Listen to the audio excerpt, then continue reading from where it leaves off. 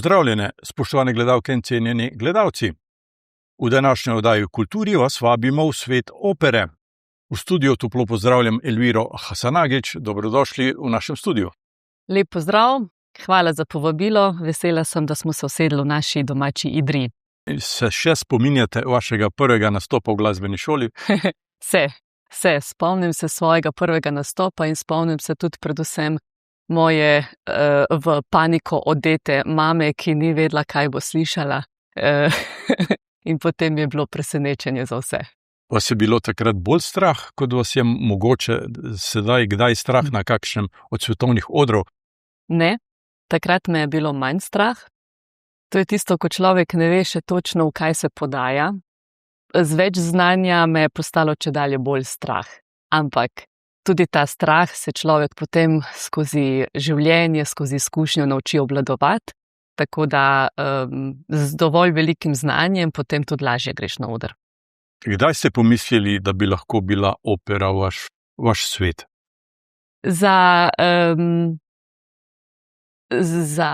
Bi rekla, zelo pozno, tako. Jaz kot pevka sem na splošno pozno začela in tudi mi ni bilo popolnoma jasno na začetku, da bi to dejansko lahko postala moja kariera, moja življenjska pot.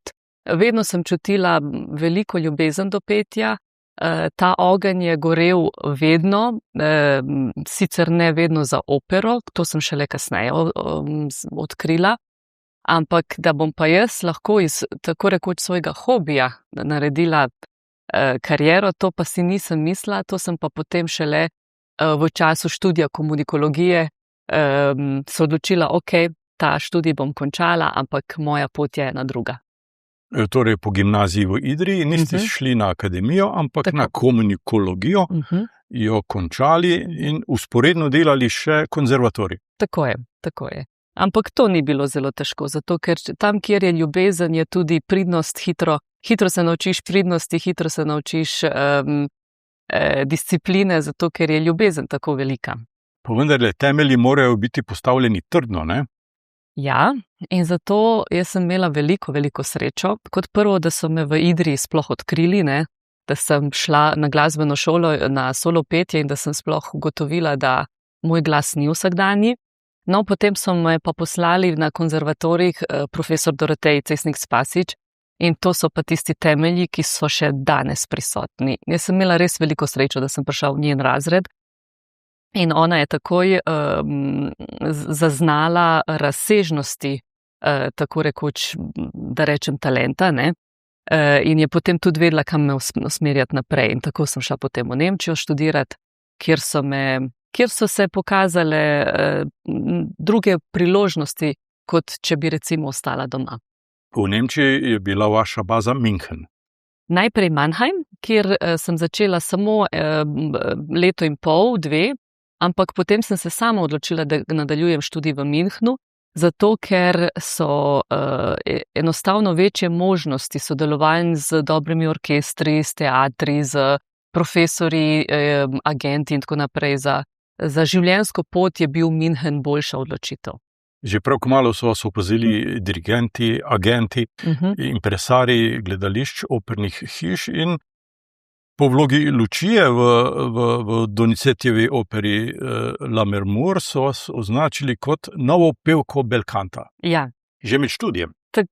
Ja, dejansko je to bilo še med študijem, točno. Omenil ste, da se dogajajo stvari v študiju, ja. Agenti hodijo že na študentske predstave, na zaključne koncerte in tako naprej. In takrat sem jaz dobila mojo prvo agentko. Ona me je poslala prve avdicije, ki sem imela srečo, da so bile tako uspešne. In ena izmed teh je bila Lucia di La Mermur, ki je vzbudila med internacionalnimi kritiki veliko zanimanja, zato ker tudi to, da se tako težka naslovna vloga v tako zgodnjem obdobju na ta način uspe izvesti, je bila kar senzacija. Tako da to mi je potem dalo zagon tudi za nove poti. In to vlogo sem jaz pol pela še na ljubljanskem odru velikokrat in je bila podlaga potem za to, kar delam danes. kar pa je večinoma repertoar Verdi in malo težji repertoar. Ampak če ne bi tega na začetku odpela in že spoznala te italijanski način petja, bi mi bilo verjetno težje. Po diplomi in po magisteriju pa vas je pot vodila na odre v Berlin, v München, Buenos Aires, v Ljubljano, Maribor, Dresden, Karlsruhe. To so velika prizorišča. Ja. Tudi tukaj moram reči, da sem imela veliko srečo, ker sem srečo ali pa recimo, da je to neka življenjska pot, ker sem bila na gledališču Augustin Everding v Münchnu in tam smo imeli možnost sodelovanja direktno z Münchenškim radijskim orkestrom. No, tam je dirigiral Ulf Schirmer, takrat je bil šef dirigent. In z njim on je tudi videl v meni neko dobro pevko. In sem z njim prvič posnela in pela opero Tri sestre, glavno vlogo Irino. Poznamo te igre Čehove, ne Tri sestre, samo da je Peter Oetveš to komponiral kot opero, sodobno opero. No, najprej smo to v Münchnu izvedli, potem smo to izvedli na odru Staatsoper Berlin in potem čez nekaj let pa so me tudi s to opero poklicali v Buenos Aires, kjer sem zopet isto vlogo izvajala na tem fantastičnem prestižnem odru. Tako da bi rekla, eno je sledilo drugemu in so se potem take lepe možnosti pokazale. Ampak seveda v ozadju je pa bilo veliko dela in pridnosti in učenja in zagnanosti, ki mora biti vselej prisotna. Omenili ste Buenos Aires. Teatro Colón je ime temu slavnemu opernemu gledališču. Ste imeli med publiko veliko Slovencev? Ja, dejansko je bilo veliko, na moje tudi veliko presenečenje. Tam so me pričakali slovenski zamejci, ki so zelo, zelo prijetni ljudje. Oni imajo tudi veliko ljubezen do svoje matične domovine in vse, kar slovenskega pride v Buenos Aires, oni s tako toplino sprejmejo, da sem jaz bila res, počutila sem se na nek način kot neka kraljica sredi tuje države. Poleg tega, da je seveda tudi Teatro Colón bila ena zelo, zelo lepa izkušnja, ena izmed najlepših v mojem življenju, je potem poleg tega bila tudi ta izkušnja s temi našimi argentinskimi Slovenci, s katerimi smo pa tudi imeli njih par prireditev. Tam sem pela slovenske samospeve v njihovih prostorih, slovensko veleposlaništvo me je povabilo in tako naprej. Tako da dejansko je bilo zelo domače tam. Sodelujete z uglednimi dirigenti. Zgodba, kako ste sodelovali in še sodelujete z Zubinom Mehto oziroma Meto, je pa vendarle nekaj posebnega. Povejte nam. Ja, v nekih sferah se mi zdi, da življenje odloča za nas, kaj se bo zgodilo, in jaz nisem nikoli pričakovala, da se bo dejansko kaj takega zgodilo, ampak da bom prišla v stik s tako glasbeno veličino, ki v bistvu se je izkazalo, da ni samo glasbena, ampak tudi človeška veličina. Tudi to so bile sanje, ki se jih sploh nisem niti upala sanjati. Srečala sva se najprej v Firencah, kjer sem pela Rosalindo v Fledermaus, se pravi v Netopirju. Takrat sem jaz bila samo, kako bi rekla, cover zasedba, ne? Niti nisem bila prva postava, ampak takrat je on zelo rad z mano delal. Veliko sva se pogovarjala, on je veliko z Marjano Lipovšek delal in takrat sva se navezala en tako lep stik, ki je potem se ohranil še kasneje, do tega, da sva dejansko izpeljala leta zatem en velik projekt v Sarajevu, en srčni projekt tako Sarajevčanov kot naju dveh tudi. On je leta 1994 v Sarajevu, ki je bilo takrat bombardirano sredi vojne, dirigiral Mozartov rekviem v Podrti viječnici.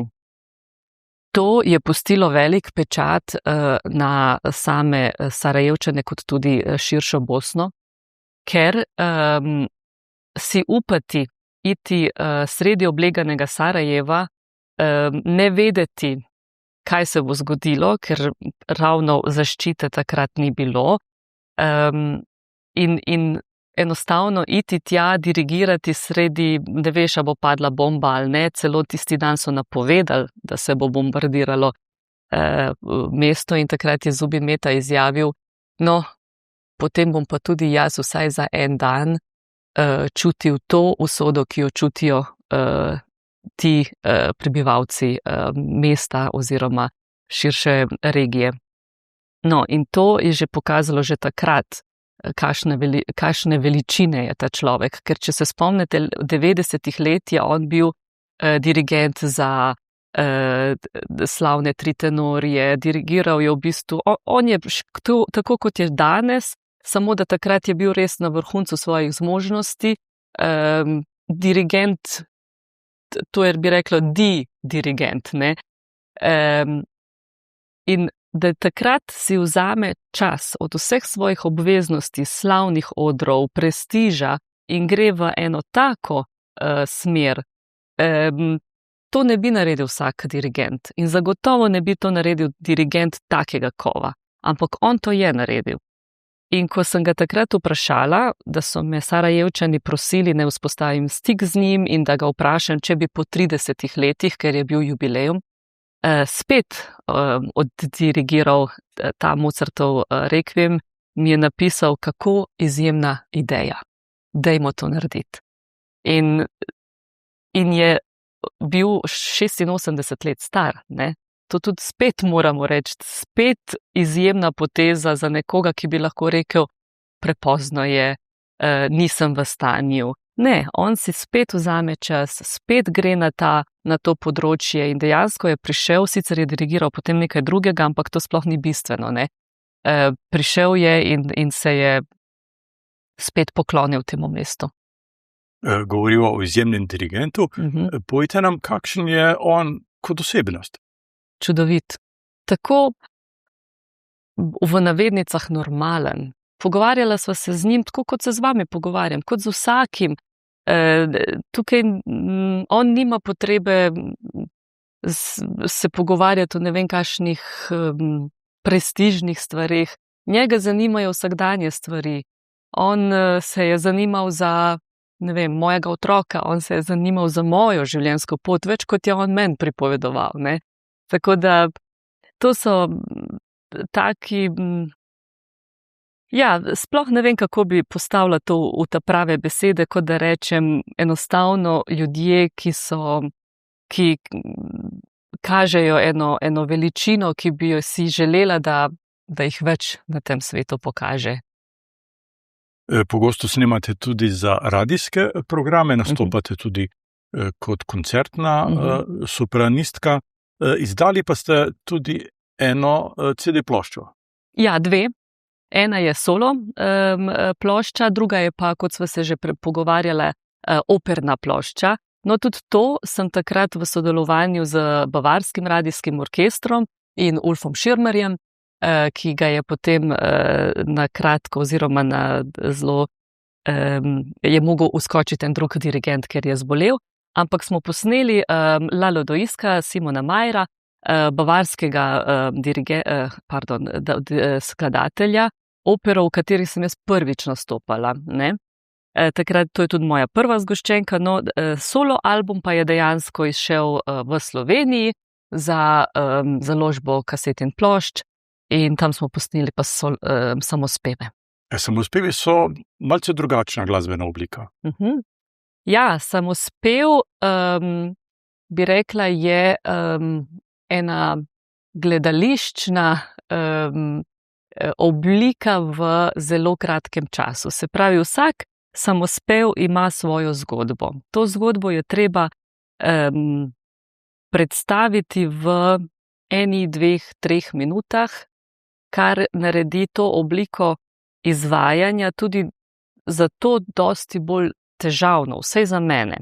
Meni je lažje odpeti eno vlogo, kjer sem recimo ena oseba od začetka do konca in se razvija skozi opero, kot en tak kolaž enih samospevov skozi celovečerni nastop, kjer se karakterji dosti hitro menjajo.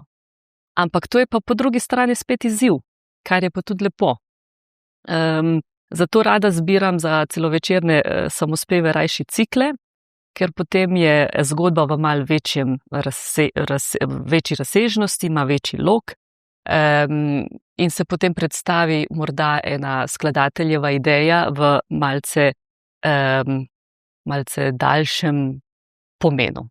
Zanimivo pa je tudi to vaše povezovanje slovenskih skladateljev, skladatelji evropskega prostora v podobnem času. V tem zadnjem ciklu ste nastopali z deli Berga, Wolfa, Ostrca, Simonitija.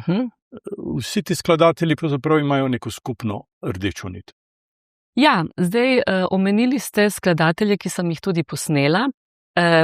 Naslov moje zgoščenke je Hrepenenje. Zakaj hrepenenje? Zato, ker sem v teh pesmih našla osebe, ki so, vse te osebe so po nečem strašno hrepeneli. Tako kot je v Bergu je eno hrepenenje skozi slike, skozi naravo, skozi nekaj abstraktnega. Pridemo do recimo Wolfa, kjer je pa hrepenenje zelo avtentično v smislu točno vem, česa si želim in to je oditi na drugi svet. Ne? Ampak to spet v podobi enega otroka, kar je te Wolfove oziroma Goethejeve pesmi so izjemno globoke, interpretativno zahtevne, ampak neverjetno lepe. V katerikoli izvedbi, ali je to Wolf, ali je to Schumann, Liszt, vsi, ki so pisali prav na temo teh Mignon pesmi. No, potem Simoniti in Ostrc, pa spet malce s to slovensko zgodbo v ozadju, slovenskim hrepenenjem, Simoniti po neki svobodi, po mogoče tudi v ljubezenskem smislu in Ostrc v svojem značilnem stilu po manjših delčkih vsak zase. Vsako poletje vas srečamo tudi v Gorici, v Italiji, v Stari Gorici. Kaj počnete tam? Ja, z Gorico smo navezali kar nekaj let nazaj eno zelo lepo, rodovitno sodelovanje, ki se je pokazalo najprej v izvajanju seminarjev za pevce in potem kasneje, ko se je osnovala Musica Goriciensis tudi tekmovanje kot članica žirije. In moram reči, da tam srečujem izjemno lepe glasove, talentirane mlade pevce, sploh pa na tekmovanje potem pridejo tudi internacionalni pevci in je zanimivo slišati, kaj trenutno ponuja tržišče. Ljudje, publika, običajno vidimo samo aplavze, blišč. Kakšno je ozadje tega vašega opernega življenja? Ja, to, o čem govorite, nastop, blišč, je, bi rekla, majhen procent tistega, kar se dejansko dogaja v ozadju. V ozadju je veliko dela, veliko discipline, mogoče ne bom govorila o odrekanju, zato ker to je del življenja, ki sem ga sprejela in ki ga nikoli ne bi niti spremenila. Dejansko bi se še enkrat odločila za to pot, če bi se odločila še enkrat. Tako da je to enostavno način življenja, ki ga človek mora imeti, vkolikor se odloči za to pot. Je veliko razmišljanja, komunikacije o poteh, v katero smer je treba iti. Potem se spet človek zori, se zgodijo kakšne spremembe v privatnem življenju in spet, kako bi rekla, se začne znova. Vedno je treba delati na glasu, na tehniki, na učenju, učimo se non-stop, vadimo non-stop, tako da tega dela v ozadju je ogromno. In priznam, so trenutki, ko človek se začne spraševati, a je to vsega skupaj vredno. Ampak vsakič, ko potem odpojem predstavo ali pa ko odpojem koncert, za katerega smo delali, si odgovorim, ja, je vredno. Vaš inštrument v glasbenem smislu je glas. Kako čuvate ta vaš inštrument? Ma nič posebno. Ni zdaj to tako, da bi jaz vsak dan nosila šal okrog vratu ali pa jedla določeno dieto. Ne. Izogibam se zvečer kakšnim stvarem, ki bi povzročali želodčno kislino, kar je normalno, zato ker želodčna kislina je najbolj nevarna za glasilke. Ampak to recimo, da počnejo tudi vsi ljudje, ki se kadarkoli v življenju srečajo s tem problemom. Tako da ne bi zdaj rekla, da je to nekaj izjemno drugačnega, ampak recimo ne bom pa šla na en koncert zvečer in celo noč pela s pop pevcem ali pa rock pevcem, zato ker naslednji dan se bo to na glasilkah zagotovo poznalo. Pa če je le možnost, probam spati 8 ur na dan. Trenutno to ni možno, ampak se bojo prišli spet drugi časi, ko bo možno. Vas je glas kdaj pustil na cedilu? Hvala Bogu ne. To se mi še ni zgodilo. To, da sem morala kakšno predstavo odpovedati, zato ker sem bila enostavno bolana, to se zgodi. Ampak da se mi je pa zgodilo, da sem morala si pustiti čas, ker bi imela težave z glasilkami, tega se pa ni zgodilo in upam, da ne bom imela te izkušnje. Nastop v določeni operi traja, 2-3 uri. 2-3 ure. Gre tudi za besedila, ne samo za glasbo. Ste kdaj doživeli trenutek, ko bi pozabili besedilo? O ja. Res? Pa še kako. To je ena taka, naši možgani so res ena fascinantna stvar, fascinanten organ. Zgodi se namreč, da milisekundo, preden mora človek zapeti ali pa se spomniti tistega besedila, ne veš, kaj bo sledi, to se mi je res zgodilo, in si v paniki in si misliš, nič, bom pa nekaj improvizirala. In v tisti milisekundi pred tem se pa spomne človek besedila. To je neverjetno, to se mi je zgodilo že zelo velikokrat. Zakaj? Zato, ker v bistvu mora biti ves čas prisotna koncentracija. In ko je človek res že rutiniran in poje kakšno predstavo že velikokrat, se zgodi, da koncentracija malo popusti. Zgodi se tudi, da na odru se kakšne nepredvidene stvari zgodijo in koncentracijo ali pa odvrnejo, ne? In v tistem momentu lahko potem tudi možgani malo se zbegajo. Ampak imam poleg pač tega osnovnega talenta za petje in teater očitno še nek talent, da se znajdem. In tudi takrat, ko se spomin ni vrnil, sem se spomnila kakšnih drugih besed, ki so kakor tok pasale in se je pošlo. Ampak potem po predstavi seveda se smejemo in na nek način opravičujemo gostom in publiki, ki so morda slišali kaj, ampak ponavadi se tega niti ne sliši. Bolj se sliši takrat, ko nastane tišina. Tisto je najhujš. Jaz sem enkrat doživela, če smem, v Turandot predstavi. Turandot ima sredi drugega dejanja 3 vprašanja za Kalafa. To so 3 uganke in na teh ugankah ona poje a capella. Se pravi, ni nobene glasbe. Samo vmes pride pa, ne? Ampak takrat, ko poje Turandot uganko, ni orkestrske spremljave. In takrat je bila tišina, ker se Turandot, ki je bila celo italijanskega rodu, ampak ona se ni spomnila ugank. In smo vsi stali na odru in čakali, kaj se bo zdaj zgodilo. Dirigent je čakal, a se bo zdaj spomnil uganke ali ne. In je videl, temu se reče totalni blackout, ni znala naprej in je on odreagiral potem in je potem on zašpilal in potem drugo uganko se je pol spomnila, ali pa je tudi recimo kaj se je v tistem momentu zmislila. Ampak to so pa tiste sekunde, ki postanejo na odru občuteno ure, ker je pa tako hudo, ko nastane tišina, zato pravim, tišine še nisem doživela, ker to je najbolj mučno.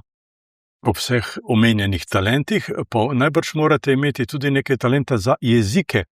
Tukaj najbrž pojete v italijanščini, v nemščini, v angleščini bolj redko. V angleščini sem izvajala tudi enega Händla in Purcell, tako da tudi to, ampak zraven italijanščine in nemščine je prisotna tudi veliko ruščina, recimo, poleg slovenščine, ki je potem izvajamo tukaj na slovenskih tleh, ampak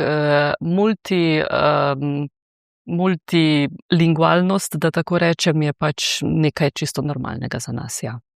Kako pa ocenjujete publiko? Z istimi predstavami, istimi vlogami nastopate, ne vem, pred nemškim poslušalstvom, gledalstvom, v Sloveniji, v tujini. Se razlikuje dojemanje publike? Ja, mogoče se razlikuje v tem, da je tradicija klasične glasbe v tujini malo bolj zakoreninjena v človeškem vsakdanu, kakor je v Sloveniji. To se recimo pozna v operi Ljubljana ali pa v filharmoniji, recimo sem opazila, da mogoče se kdaj zgodi, da ne poznajo točno del ali pa pravil, kdaj se sme ploskati, kdaj ne. Recimo, normalno je, da če nekdo dobro izvede arijo, da se zaploska, ne. No, medtem ko nekatere to potem moti sredi predstave, no, recimo to se v tujini nikoli ne zgodi. Če je dobro odpeto, se zaploska, vsak ve, da takrat se ploska, in tukaj pa kar slišim potem komentarje, pšt, so jezni.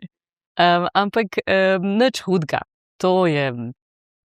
So pa hvaležni, zelo se potem vidi na koncu, zdaj govorimo o slovenski publiki, ker tudi če se ne upajo morda izraziti med samo predstavo, se potem čuti ta hvaležnost po predstavi, tudi ko pridejo do nas in vedno rečejo, jaz se sploh ne spoznam na to, ampak je bilo tako lepo.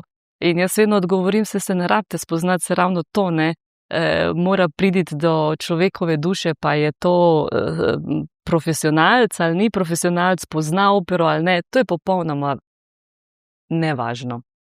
Tako da, ja, v Nemčiji ali pa drugje po svetu pa enostavno se čuti, da publika je dosti bolj, recimo, vajena tudi določenega nivoja in tudi pridejo z drugačnimi pričakovanji, ampak potem pa tudi tam pridejo kakšna pisma, pa ja, izražanje, ja. Na vsaki predstavi se prilevite v eno od junakinj, ki ima svoj karakter. Ste kdaj pomislili tako, da vam je podobna katera od teh junakinj? To ne, ampak vsaka junakinja pa je zagotovo imela delček Elvire. Ker čisto, da človek ne da sam sebe, čisto to se ne da. Gradimo vloge tudi na nek način na svojih izkušnjah. Zdaj, človek bi se vprašal, kako upodobiti eno Lucijo di Lammermoor, ki se ji popolnoma zmeša in ubije človeka na koncu in tako naprej, kako uprizoriti vsa ta psihična stanja, to seveda ne gre drugače, kot da to zaigramo na način, kakor si mi predstavljamo, da bi to bilo v tej situaciji, in seveda so tukaj tudi je dobrodošla pomoč režiserja. Ampak, ja, nekateri si pomagajo, potem strokovnjaki se pogovarjajo s psihologi in tako naprej, ampak da bi pa jaz bila se prepoznala v kakšnih od teh vlog, ne, ker večinoma so to ali ženske, ki se popolnoma podredijo moškim in se na koncu zaradi ljubezni ubijajo. To je popolnoma proti mojemu karakterju. Ali pa ženske, ki se jim na koncu zmeša. Take punce jaz pojem. Veliko vlog ste že uprizorili. Ja. Imate na svojem seznamu še katero, ki si jo želite uprizoriti? Ja, imam.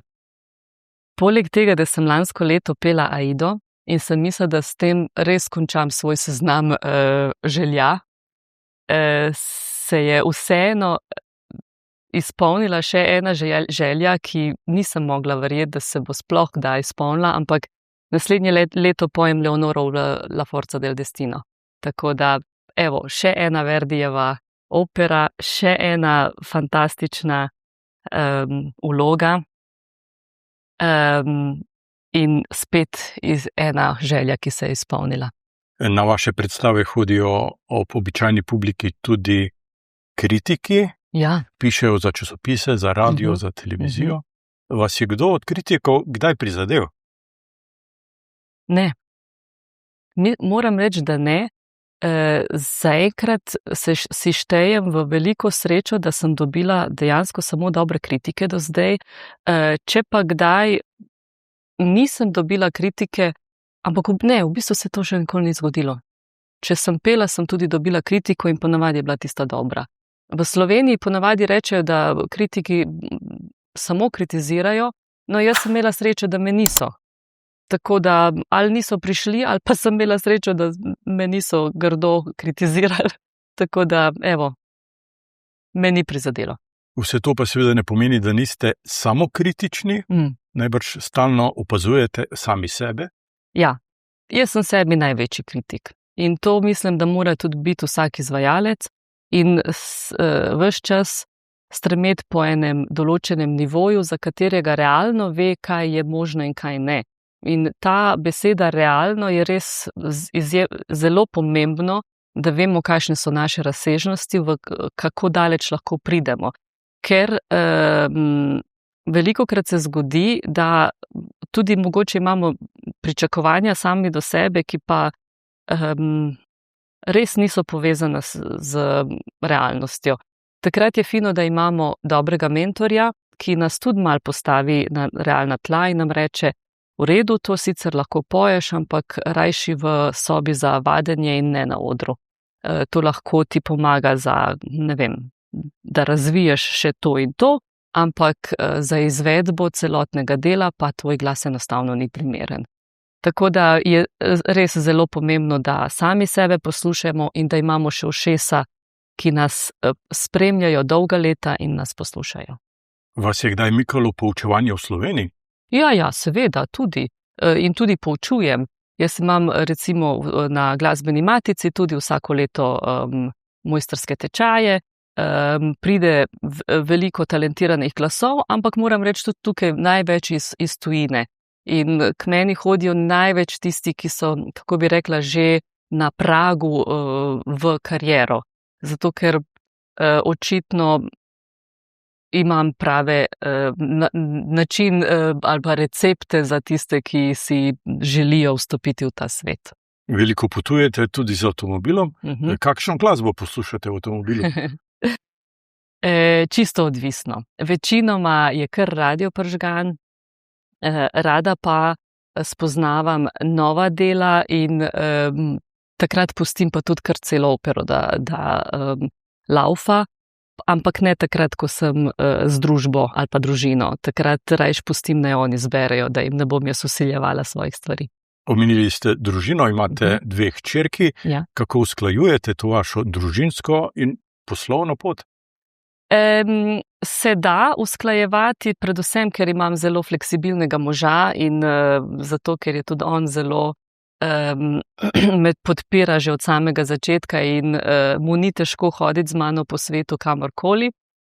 Je pa res, da zdaj, ko sta še dosti majhni punčki, pa sem število projektov malce omejila in da jih ne vlečem povsod po svetu, zato da izvajam jaz moje projekte, ampak samo ciljano to in to in to. Kažejo vaše deklice tudi kaj zanimanja za glasbo? Zelo. Sploh starejša, njej se že vidi, da je to tudi že na nek način v genih. Zelo rada izvaja gledališčne teatralne predstave, vsak dan imamo eno predstavo, sploh se zanima za ples, tako da ji to njeno bujno domišljijo pustimo neko svobodno, da svobodno teče in naj se izraža tako, kot si želi. Če bi današnja Elvira Hasanagić za 5 minut sedla ob deklici Elviri, kaj bi rekla? Naj ohrani svoj ogenj. Naj sledi temu in naj kar posluša svoj instinkt, ki je vedno imel prav. Elvira Hasanagić, hvala za ta obisk v našem studiu, sodelovanje v oddaji. Vse dobro vam želim v vaši karieri. Najlepša hvala za povabilo. Bilo je zelo lepo spet obiskati Idrijo in se spomniti mojih začetkov. Vam, spoštovane gledalke in cenjeni gledalci, pa hvala za pozornost in seveda srečno.